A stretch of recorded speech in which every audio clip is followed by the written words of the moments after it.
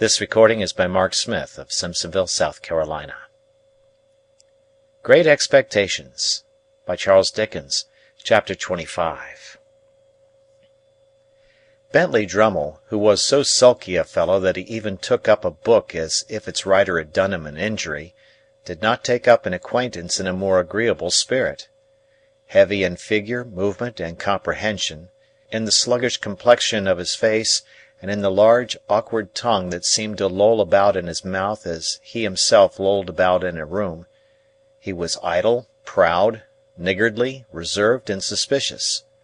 He came of rich people down in Somersetshire, who had nursed this combination of qualities until they made the discovery that it was just of age and a blockhead. Thus Bentley Drummle had come to Mr. Pocket when he was a head taller than that gentleman, and half a dozen heads thicker than most gentlemen. Startop had been spoilt by a weak mother and kept at home when he ought to have been at school, but he was devotedly attached to her and admired her beyond measure. He had a woman's delicacy of feature, and was, as you may see though you never saw her, said Herbert to me, exactly like his mother. It was but natural that I should take to him much more kindly than to Drummle, and that, even in the earliest evenings of our boating, he and I should pull homeward abreast of one another, conversing from boat to boat, while Bentley Drummle came up in our wake alone, under the overhanging banks and among the rushes. He would always creep inshore like some uncomfortable amphibious creature, even when the tide would have sent him fast upon his way, and I always think of him as coming after us in the dark, or by the backwater, when our own two boats were breaking the sunset or the moonlight in mid-stream. Herbert was my intimate companion and friend. I presented him with a half-share in my boat, which was the occasion of his often coming down to Hammersmith, and my possession of a half-share in his chambers often took me up to London. We used to walk between the two places at all hours. I have an affection for the road yet, though it is not so pleasant a road as it was then, formed in the impressibility of untried youth and hope. When I had been in Mr. Pocket's family a month or two, Mr. and Mrs. Camilla turned up. Camilla was Mr. Pocket's sister. Georgiana, whom I had seen at Miss Havisham's on the same occasion, also turned up. She was a cousin, an indigestive single woman, who called her rigidity religion, and her liver love. These people hated me with the hatred of cupidity and disappointment. As a matter of course, they fawned upon me in my prosperity with the basest meanness. Towards Mr. Pocket, as a grown-up infant with no notion of his own interests, they showed the complacent forbearance I had heard them express. Mrs. Pocket they held in contempt, but they allowed the poor soul to have been heavily disappointed in life, because that shed a feeble reflected light upon themselves. These were the surroundings among which I settled down and applied myself to my education. I soon contracted expensive habits, and began to spend an amount of money that within a few short months I should have thought almost fabulous, but through good and evil I stuck to my books. There was no other merit in this than my having sense enough to feel my deficiencies. Between Mr. Pocket and Herbert I got on fast, and with one or the other always at my elbow to give me the start I wanted, and clear obstructions out of my road, I must have been as great a dolt as Drummle, if I had done less. I had not seen Mr. Wemmick for some weeks, when I thought I would write him a note and propose to go home with him on a certain evening. He replied that it would give him much pleasure, and that he would expect me at the office at 6 o'clock. Thither I went, and there I found him putting the key of his safe down his back as the clock struck. "Did you think of walking down to Walworth?" said he. "Certainly," said I, "if you approve." "Very much," was Wemmick's reply, "for I have had my legs under the desk all day, and shall be glad to stretch them. Now I'll tell you what I have got for supper, Mr. Pip. I have got a stewed steak, which is of home preparation, and a cold roast fowl, which is from the cook's shop. I think it's tender, because the master of the shop was a juryman in some cases of ours the other day, and we let him down easy. I reminded him of it when I bought the fowl, and I said, Pick us out a good one, old Briton, because if we had chosen to keep you in the box another day or two, we could have easily done it. He said to that, 'Let me make you a present of the best fowl in the shop.' I let him, of course. As far as it goes, it's property and portable. You don't object to an aged parent, I hope?" I really thought he was still speaking of the fowl until he added, "Because I have got an aged parent at my place." I then said what politeness required. "So you haven't dined with Mr. Jaggers yet?" he pursued as we walked along. "Not yet." "He told me so this afternoon when he heard you were coming. I expect you'll have an invitation tomorrow. He's going to ask your pals, too. 3 of them, ain't there?" Although I was not in the habit of counting Drummle as one of my intimate associates, I answered, "Yes." "Well, he's going to ask the whole gang." I hardly felt complimented by the word. "And whatever he gives you, he'll give you good. Don't look forward to variety, but you'll have excellence. And there's another rum thing in his house," proceeded Wemmick after a moment's pause, as if the remark followed on the housekeeper understood. "He never lets a door or window be fastened at night." "Is he never robbed?" "That's it," returned Wemmick. "He says, and gives it out publicly, 'I want to see the man who'll rob me.' Lord bless you, I have heard him 100 times, if I have heard him once, say to regular cracksmen in our front office, 'You know where I live now, no bolt is ever drawn there, why don't you do a stroke of business with me? Come, can't I tempt you?' Not a man of them, sir, would be bold enough to try it on, for love or money." "They dread him so much?" said I. "Dread him," said Wemmick. "I believe you they dread him. No, but he's artful, even in his defiance of them. No silver, sir. Britannia metal, every spoon." "So they wouldn't have much," I observed, "even if they—" "Ah! But he would have much," said Wemmick, cutting me short. "And they know it. He'd have their lives, and the lives of scores of 'em. He'd have all he could get. And it's impossible to say what he couldn't get, if he gave his mind to it." I was falling into meditation on my guardian's greatness when Wemmick remarked, "As to the absence of plate, that's only his natural depth, you know. A river's its natural depth, and he's his natural depth. Look at his watch-chain. That's real enough." "It's very massive," said I. "Massive?" repeated Wemmick. "I think so. And his watch is a gold repeater, and worth £100 if it's worth a penny. Mr. Pip, there are about 700 thieves in this town who know all about that watch. There's not a man, a woman, or a child among them, who wouldn't identify the smallest link in that chain, and drop it as if it was red-hot, if inveigled into touching it." At first with such discourse, and afterwards with conversation of a more general nature, did Mr. Wemmick and I beguile the time and the road, until he gave me to understand that we had arrived in the district of Walworth. It appeared to be a collection of back lanes, ditches, and little gardens, and to present the aspect of a rather dull retirement. Wemmick's house was a little wooden cottage in the midst of plots of garden, and the top of it was cut out and painted like a battery mounted with guns. "My own doing," said Wemmick. "Looks pretty, don't it?" I highly commended it. I think it was the smallest house I ever saw, with the queerest Gothic windows, by far the greater part of them sham, and a Gothic door almost too small to get in at.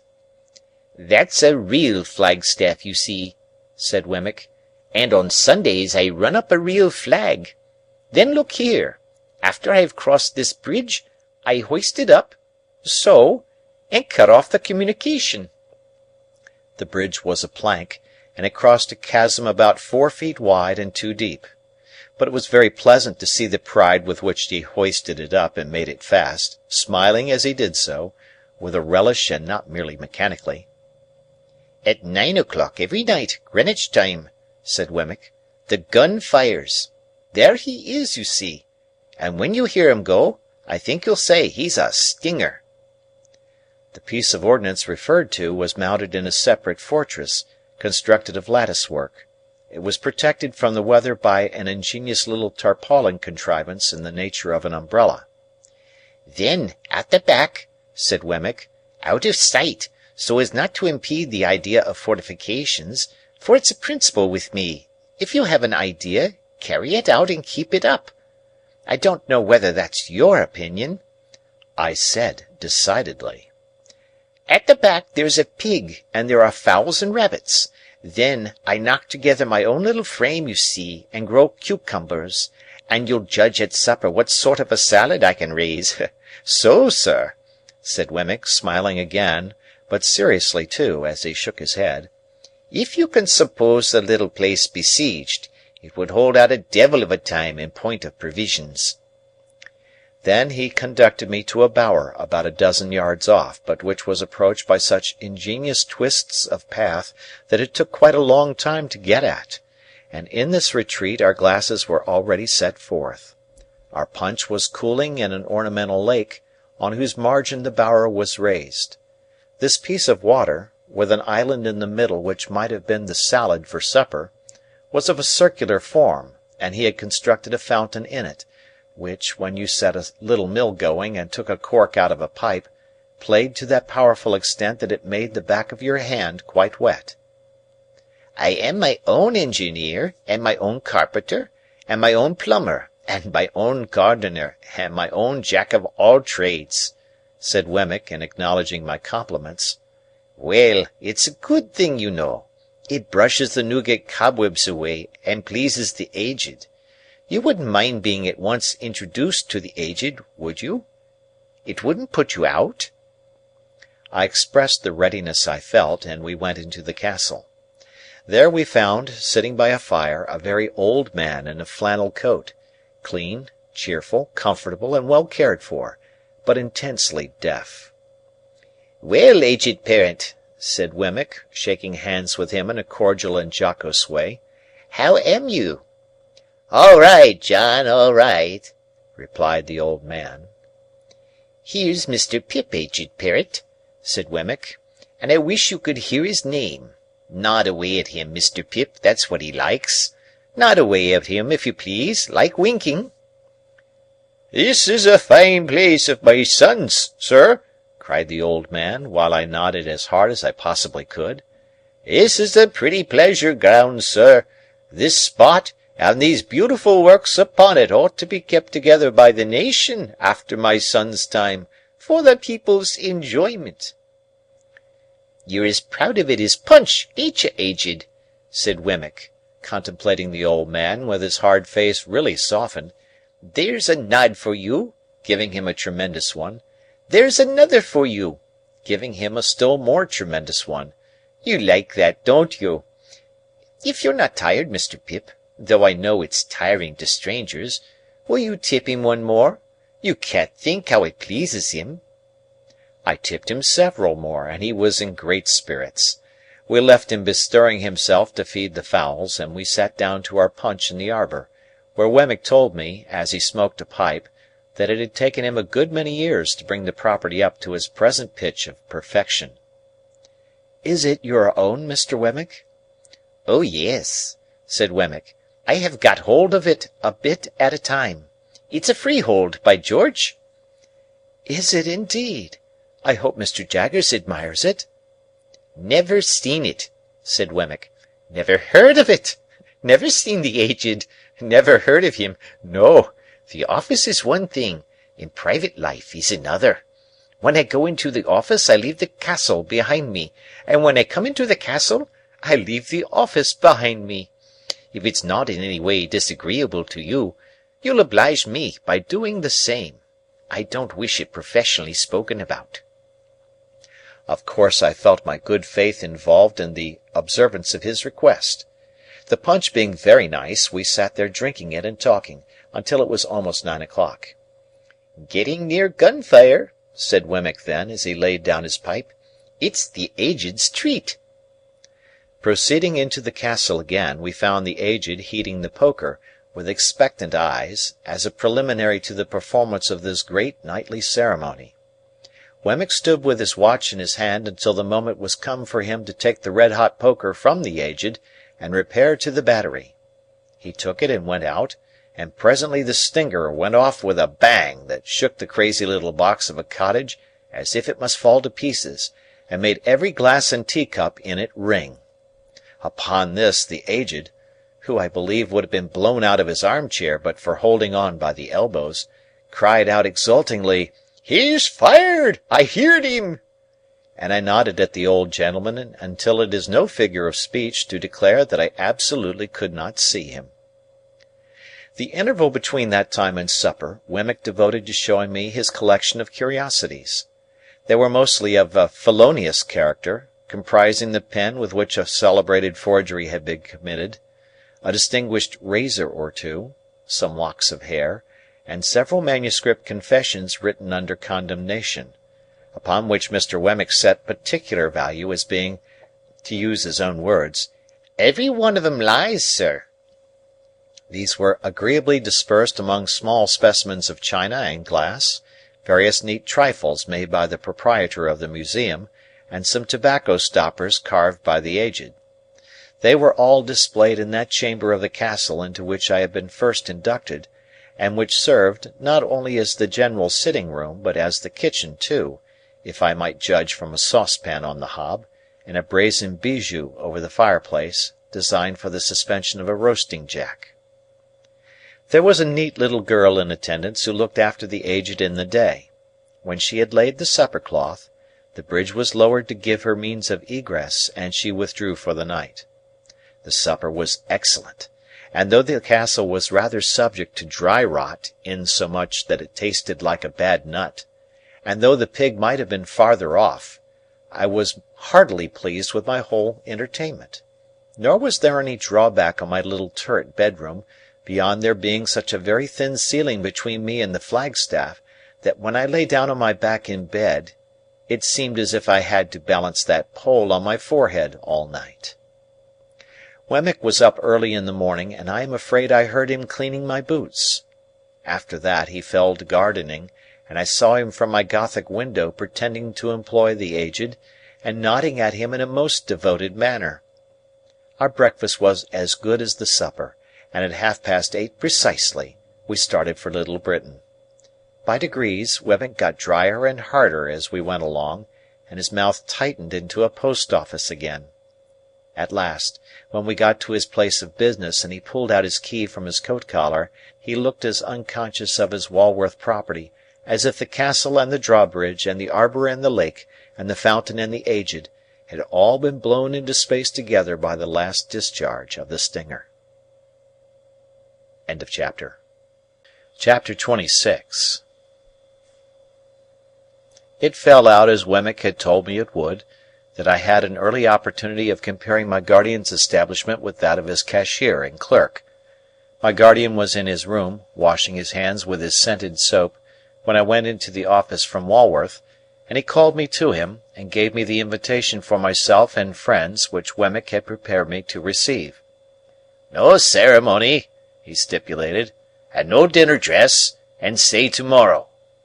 I asked him where we should come to, for I had no idea where he lived, and I believe it was in his general objection to make anything like an admission that he replied, "Come here, and I'll take you home with me."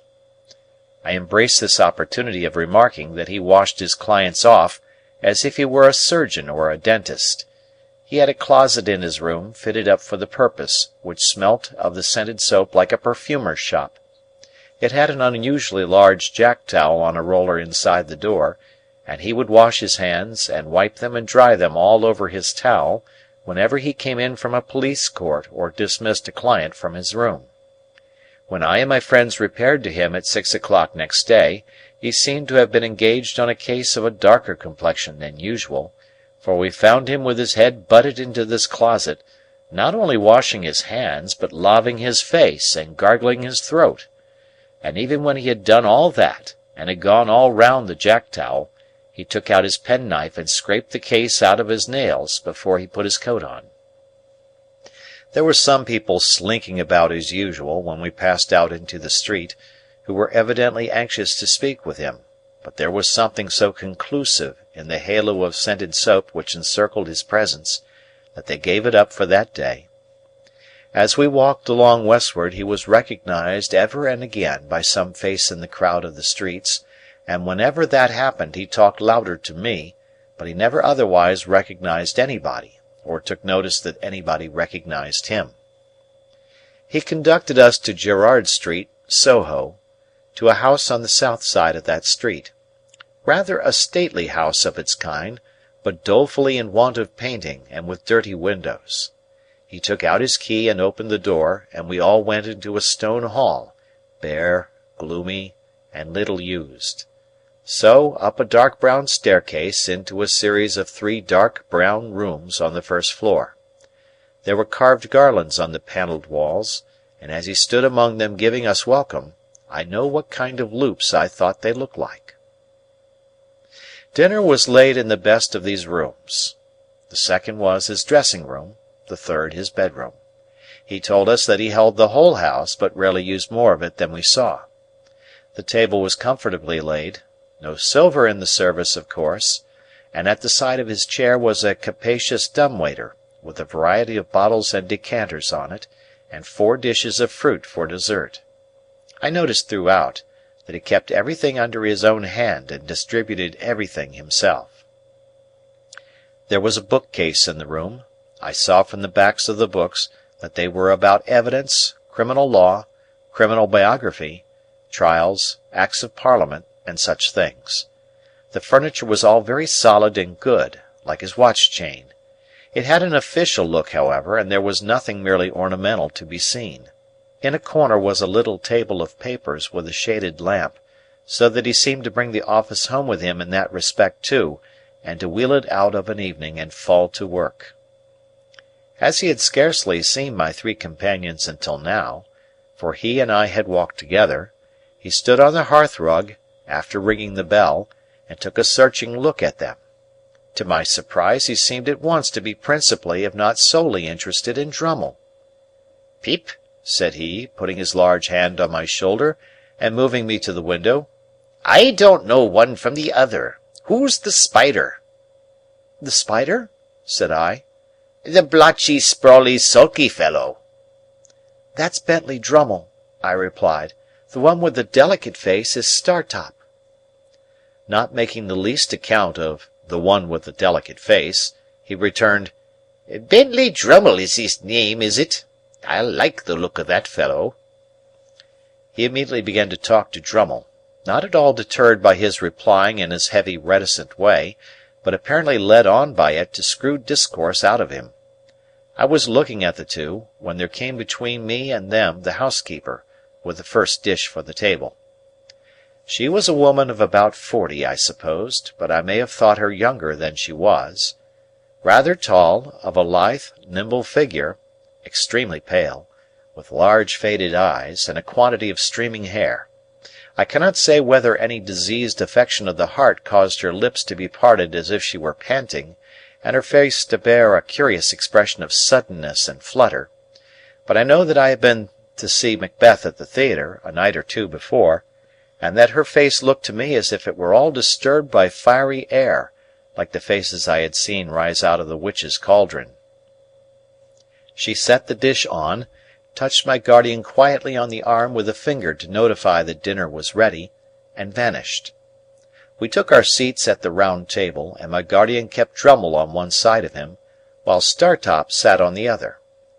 It was a noble dish of fish that the housekeeper had put on table, and we had a joint of equally choice mutton afterwards, and then an equally choice bird. Sauces, wines, all the accessories we wanted, and all of the best, were given out by our host from his dumbwaiter, and when they had made the circuit of the table he always put them back again. Similarly, he dealt us clean plates and knives and forks for each course, and dropped those just disused into 2 baskets on the ground by his chair. No other attendant than the housekeeper appeared. She set on every dish, and I always saw in her face a face rising out of the cauldron. Years afterwards, I made a dreadful likeness of that woman by causing a face that had no other natural resemblance to it than it derived from flowing hair to pass behind a bowl of flaming spirits in a dark room. Induced to take particular notice of the housekeeper, both by her own striking appearance and by Wemmick's preparation, I observed that whenever she was in the room she kept her eyes attentively on my guardian, and that she would remove her hands from any dish she put before him, hesitatingly, as if she dreaded his calling her back, and wanted him to speak when she was nigh, if he had anything to say. I fancied that I could detect in his manner a consciousness of this, and a purpose of always holding her in suspense. Dinner went off gaily, and although my guardian seemed to follow rather than originate subjects, I knew that he wrenched the weakest part of our dispositions out of us. For myself, I found that I was expressing my tendency to lavish expenditure, and to patronize Herbert, and to boast of my great prospects before I quite knew that I had opened my lips. It was so with all of us, but with no one more than Drummle, the development of whose inclination to gird in a grudging and suspicious way at the rest was screwed out of him before the fish was taken off. It was not then, but when we had got to the cheese, that our conversation turned upon our rowing feats, and that Drummle was rallied for coming up behind of a night in that slow amphibious way of his. Drummle, upon this, informed our host that he much preferred our room to our company, and that as to skill he was more than our master, and that as to strength he could scatter us like chaff. By some invisible agency my guardian wound him up to a pitch little short of ferocity about this trifle, and he fell to bearing and spanning his arm to show how muscular it was, and we all fell to bearing and spanning our arms in a ridiculous manner. Now the housekeeper was at this time clearing the table. My guardian, taking no heed of her, but with the side of his face turned from her, was leaning back in his chair biting the side of his forefinger and showing an interest in Drummle that to me was quite inexplicable. Suddenly he clapped his large hand on the housekeeper's like a trap, as she stretched it across the table. So suddenly and smartly did he do this, that we all stopped in our foolish contention. If you talk of strength, said Mr. Jaggers, I'll show you a wrist. Molly, let them see your wrist.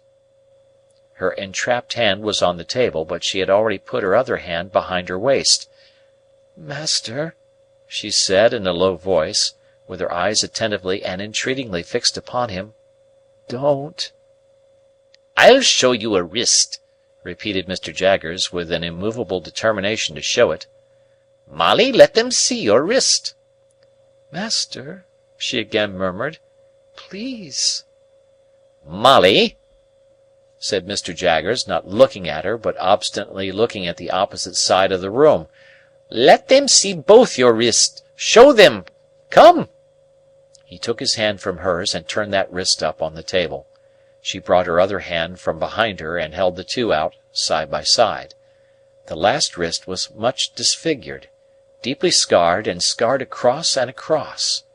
When she held her hands out she took her eyes from Mr. Jaggers and turned them watchfully on every one of the rest of us in succession.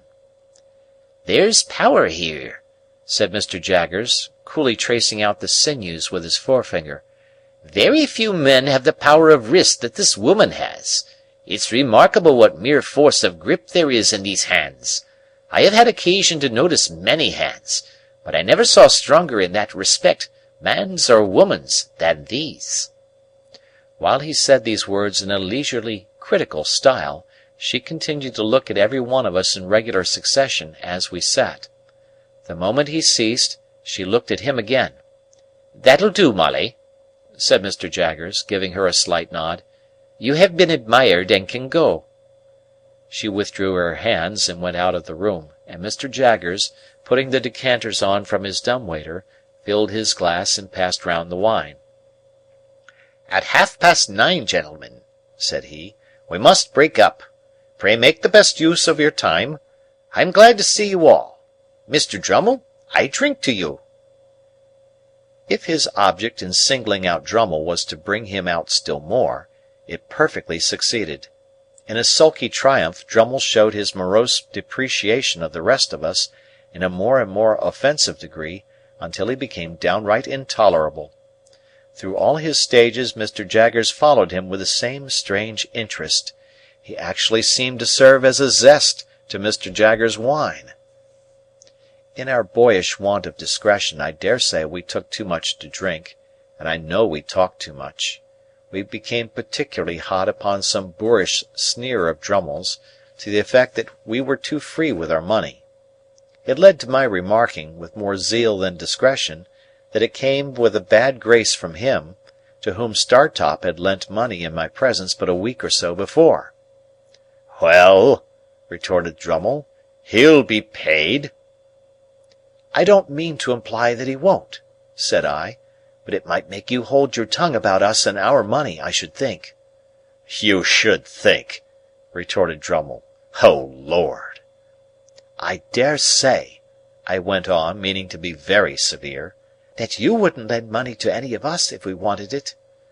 "You are right," said Drummle. "I wouldn't lend one of you a sixpence. I wouldn't lend anybody a sixpence."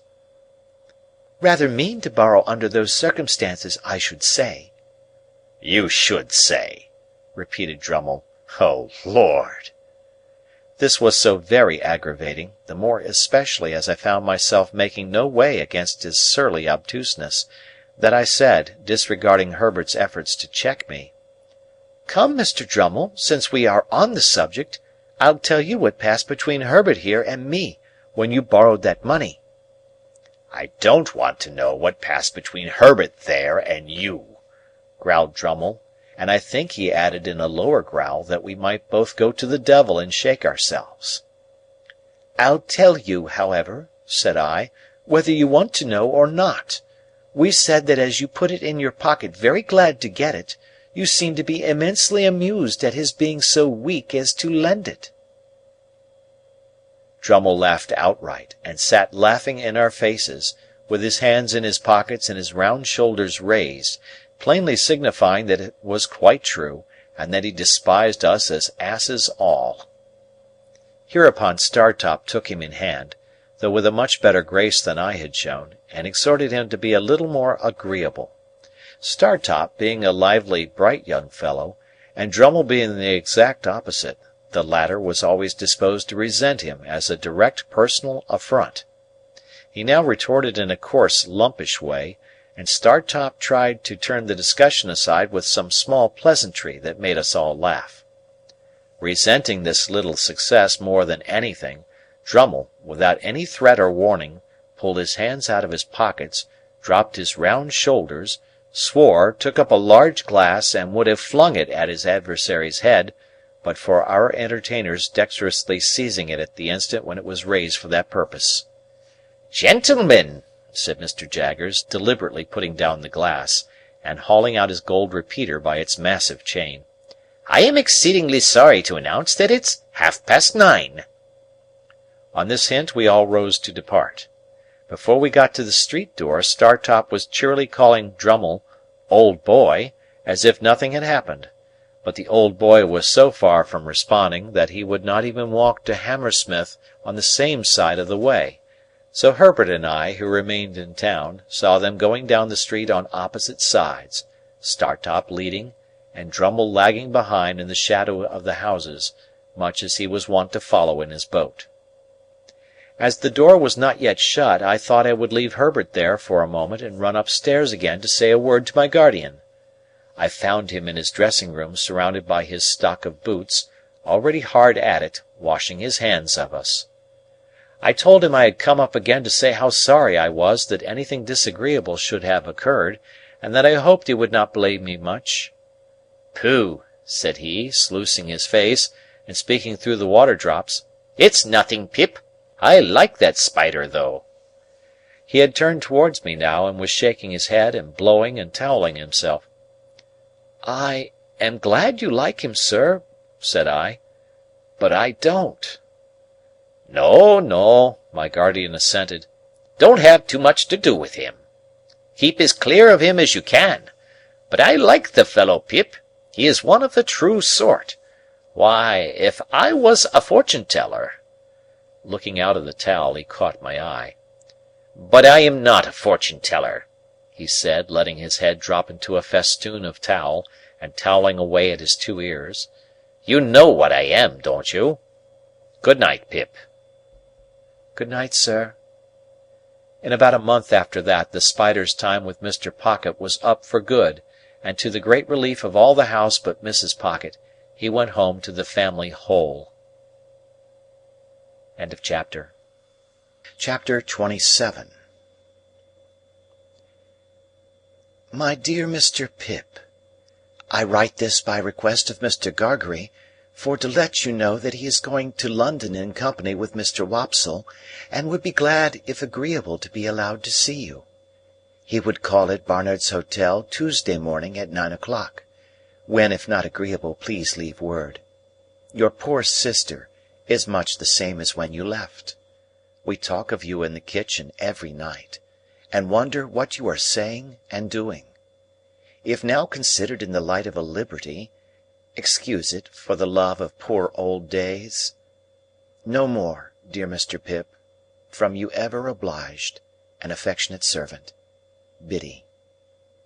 P.S. He wishes me most particular to write what larks. He says you will understand. I hope and do not doubt it will be agreeable to see him, even though a gentleman, for you had ever a good heart, and he is a worthy, worthy man. I have read him all, excepting only the last little sentence, and he wishes me most particular to write again what larks. I received this letter by the post on Monday morning, and therefore its appointment was for next day. Let me confess exactly with what feelings I looked forward to Joe's coming. Not with pleasure, though I was bound to him by so many ties. No, with considerable disturbance, some mortification, and a keen sense of incongruity. If I could have kept him away by paying money, I certainly would have paid money. My greatest reassurance was that he was coming to Barnard's Inn, not to Hammersmith, and consequently would not fall in Bentley Drummle's way. I had little objection to his being seen by Herbert or his father, for both of whom I had a respect, but I had the sharpest sensitiveness as to his being seen by Drummle, whom I held in contempt. So, throughout life, our worst weaknesses and meannesses are usually committed for the sake of the people whom we most despise. I had begun to be always decorating the chambers in some quite unnecessary and inappropriate way or other, and very expensive those wrestles with Barnard proved to be. By this time, the rooms were vastly different from what I had found them, and I enjoyed the honour of occupying a few prominent pages in the books of a neighbouring upholsterer.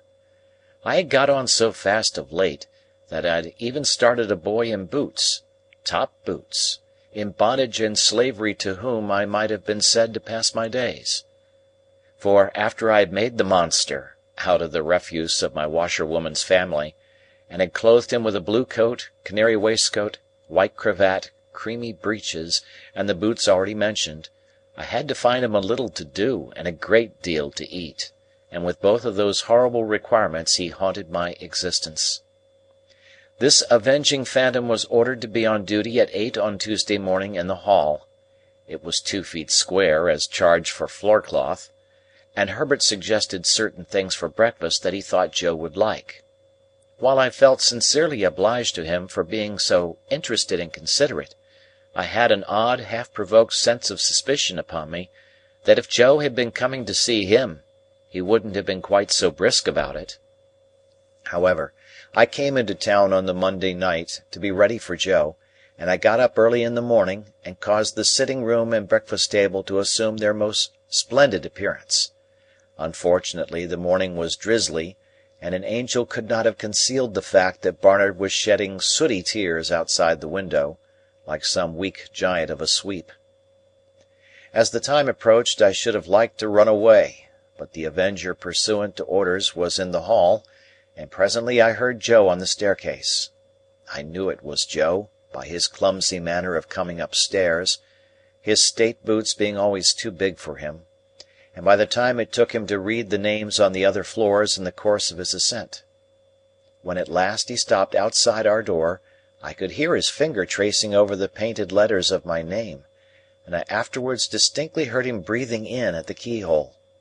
Finally, he gave a faint, single rap, and Pepper, such was the compromising name of the avenging boy, announced, "Mr. Gargery," and I thought he never would have been done wiping his feet, and that I must have gone out to lift him off the mat, but at last he came in. "Joe, how are you, Joe?" Pip, how are you, Pip?" With his good honest face all glowing and shining, and his hat put down on the floor between us, he caught both my hands and worked them straight up and down, as if I had been the last patented pump. "I am glad to see you, Joe. Give me your hat." But Joe, taking it up carefully with both hands, like a bird's nest with eggs in it, wouldn't hear of parting with that piece of property, and persisted in standing talking over it in a most uncomfortable way. "Which you have got that growed," said Joe, "and that swelled, and that gentlefolked." Joe considered a little before he discovered this word. "As to be sure, you are an honour to your king and country." "And you, Joe, look wonderfully well." "Thank God," said Joe, "I'm eckervil to most. And your sister, she's no worse than she were. And Biddy, she's ever right and ready. And all friends is no backarder, if not no forwarder. 'Ceptin' Wopsle, he's had a drop." All this time, still with both hands taking great care of the bird's nest, Joe was rolling his eyes round and round the room, and round the flowered pattern of my dressing gown. "Had a drop, Joe?" "Why, yes," said Joe, lowering his voice. "He's left the church and went into the play-acting, which the play-acting have likewise brought him to London along with me. And his wish were," said Joe, getting the bird's nest under his left arm for the moment, and groping in it for an egg with his right, "if no offence, as I would hand you that." I took what Joe gave me, and I found it to be the crumpled playbill of a small metropolitan theatre, announcing the first appearance in that very week of the celebrated provincial amateur of Roscian renown, whose unique performance in the highest tragic walk of our national bard has lately occasioned so great a sensation in local dramatic circles. "Were you at his performance, Joe?" I inquired. "I were," said Joe, with emphasis and solemnity. "Was there a great sensation?" "Why," said Joe, "yes, there certainly were a peck of orange peel. Particular when he see the ghost. Though I put it to yourself, sir, whether it were calculated to keep a man up to his work with a good heart, to be continually cutting in betwixt him and the ghost with Amen. A man may have had a misfortune and been in the church," said Joe, lowering his voice to an argumentative and feeling tone, "but that is no reason why you should put him out at such a time. Which I mean to say, if the ghost of a man's own father cannot be allowed to claim his attention, what can, sir? When his morning 'at is unfortunately made so small as that the weight of the black feathers brings it off, try to keep it on how you may." A ghost-seeing effect in Joe's own countenance informed me that Herbert had entered the room. So I presented Joe to Herbert, who held out his hand, but Joe backed from it and held on by the bird's nest. "Your servant, sir," said Joe, "which I hope as you and Pip—" Here his eye fell on the Avenger, who was putting some toast on table, and so plainly denoted an intention to make that young gentleman one of the family, that I frowned it down and confused him more. "I mean to say, you two gentlemen, which I hope as you get your else in this close spot? For the present may be a wery good inn, according to London opinions," said Joe confidentially, "and I believe its character do stand, but I wouldn't keep a pig in it myself, not in the case that I wished him to fatten wholesome and to eat with a meller flavour on him." Having borne this flattering testimony to the merits of our dwelling-place, and having incidentally shown this tendency to call me "sir," Joe, being invited to sit down to table, looked all round the room for a suitable spot on which to deposit his hat, as if it were only on some very rare substances in nature that it could find a resting-place. and ultimately stood it on an extreme corner of the chimney-piece, from which it ever afterwards fell off at intervals. "Do you take tea or coffee, Mr. Gargery?" asked Herbert, who always presided of a morning. "Thank you, sir," said Joe, stiff from head to foot. "I'll take whichever is most agreeable to yourself." "What do you say to coffee?" "Thank you, sir," returned Joe, evidently dispirited by the proposal. "Since you are so kind as to make choice of coffee, I will not run contrary to your own opinions. But don't you never find it a little eaten?" "Say tea, then," said Herbert, pouring it out. Here Joe's hat tumbled off the mantelpiece, and he started out of his chair and picked it up, and fitted it to the same exact spot. As if it were an absolute point of good breeding that it should tumble off again soon. "When did you come to town, Mr. Gargery?" "Were it yesterday afternoon?" said Joe, after coughing behind his hand, as if he had had time to catch the whooping cough since he came. "No, it were not." "Yes, it were." "Yes, it were yesterday afternoon," with an appearance of mingled wisdom, relief, and strict impartiality. "Have you seen anything of London yet?" "Why, yes, sir," said Joe. "Me and Wopsle went off straight to look at the blacking warehouse, but we didn't find that it come up to its likeness in the red bills at the shop doors, which I mean to say," added Joe in an explanatory manner, "as it there drawed too architectural." I really believe Joe would have prolonged this word, mightily expressive to my mind of some architecture that I know, into a perfect chorus, but for his attention being providentially attracted by his hat, which was toppling. Indeed, it demanded from him a constant attention and a quickness of eye and hand very like that exacted by wicket-keeping. He made extraordinary play with it, and showed the greatest skill, now rushing at it and catching it neatly as it dropped, now merely stopping it midway, beating it up, and humouring it in various parts of the room and against a good deal of the pattern of the paper on the wall, before he felt it safe to close with it, finally splashing it into the slop-basin, where I took the liberty of laying hands upon it. As to his shirt-collar and his coat-collar, they were perplexing to reflect upon. Insoluble mysteries both. Why should a man scrape himself to that extent before he should consider himself full dressed? Why should he suppose it necessary to be purified by suffering for his holiday clothes? Then he fell into such unaccountable fits of meditation, with his fork midway between his plate and his mouth, had his eyes attracted in such strange directions, was afflicted with such remarkable coughs, sat so far from the table, and dropped so much more than he ate, and pretended that he hadn't dropped it, that I was heartily glad when Herbert left us for the city.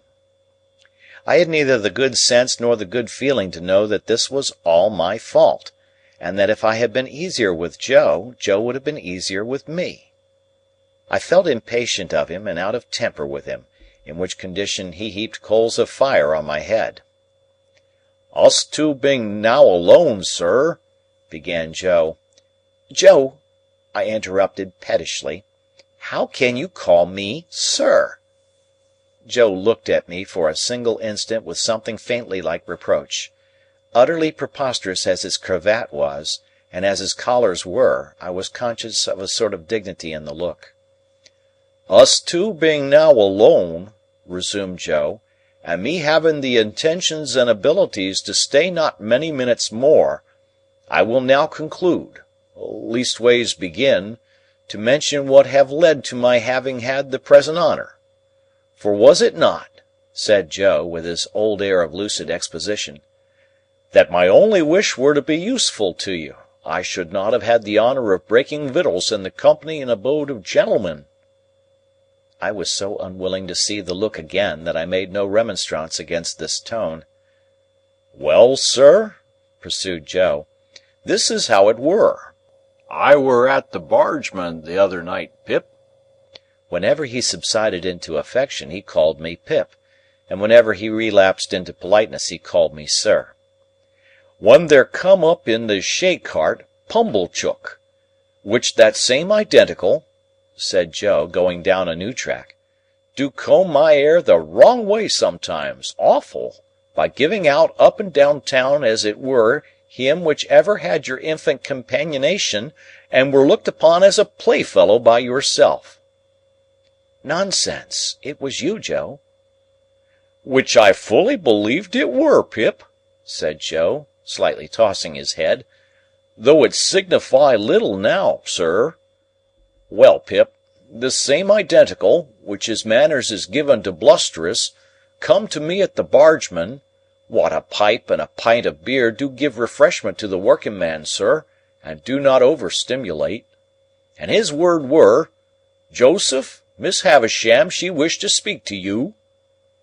"Miss Havisham, Joe?"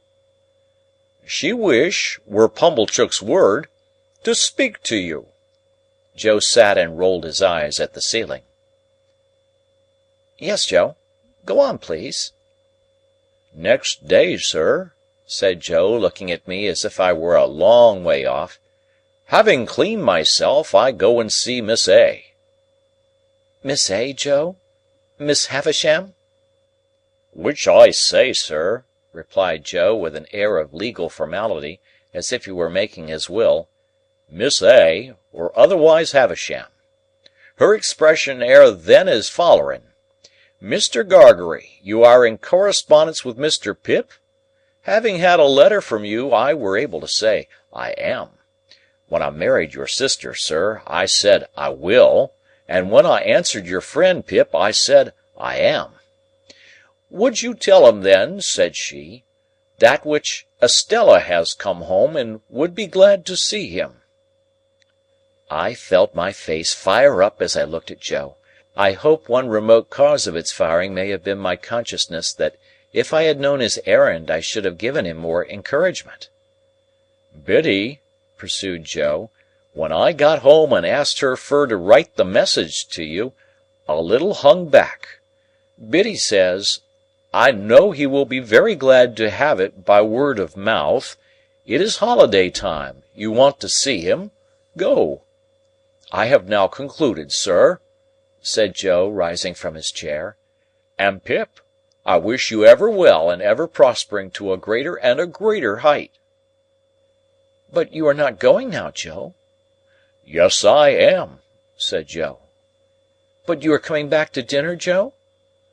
"No, I am not," said Joe. Our eyes met, and all the "sir" melted out of that manly heart as he gave me his hand.